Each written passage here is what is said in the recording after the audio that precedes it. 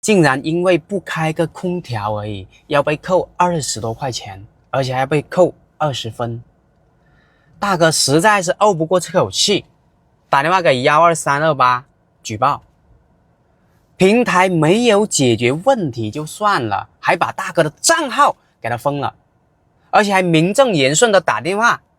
给大哥说啊，这个处理结果就是最终的处理结果，你去找哪个部门都没有用，你要么就接受这个处理结果，过去了过了，要么呢我就把你账号给封了。大哥说我不接受啊，果然账号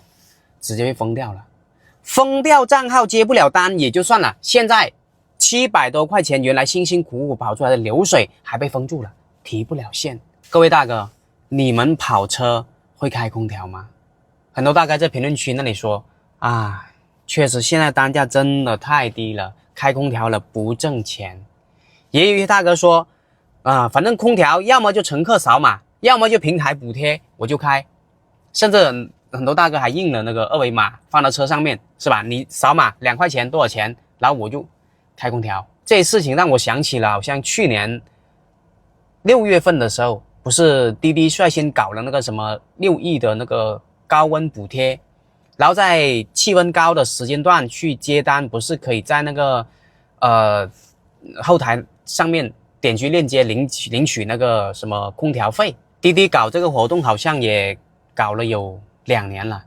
今年如果他搞的话，应该也会在端午节之后会上线了。毕竟现在真的温度很高啊，单价又这么低，很多大哥确实没有办法开空调，搞得后面跟乘客之间的矛盾升级越来越严重。说实话，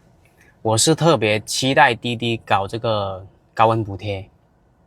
因为也只有资本家才能卷得动资本家了。你想一下，滴滴端午节之后上线这个，那其他平台陆陆续续有可能也会跟上。而且啊，我记得去年滴滴搞这个高温补贴的时候，也顺便搞了那个什么清凉站，上线了好像有6个城市。我希望今年大环境这么难的情况之下，你们得多上点城市。很多大哥在跑车之余，可以到那个清凉站去领那些什么解暑的那些东西，比如讲水啊，还有一些凉茶啊、冰柚啊等等那些东西。希望这样的一个对于司机关怀的东西可以多上线一些城市，全国那更好。最后啊，我真的是超级的期待滴滴在端午节之后上线这个所谓的高温补贴。最近确实真的很热很热，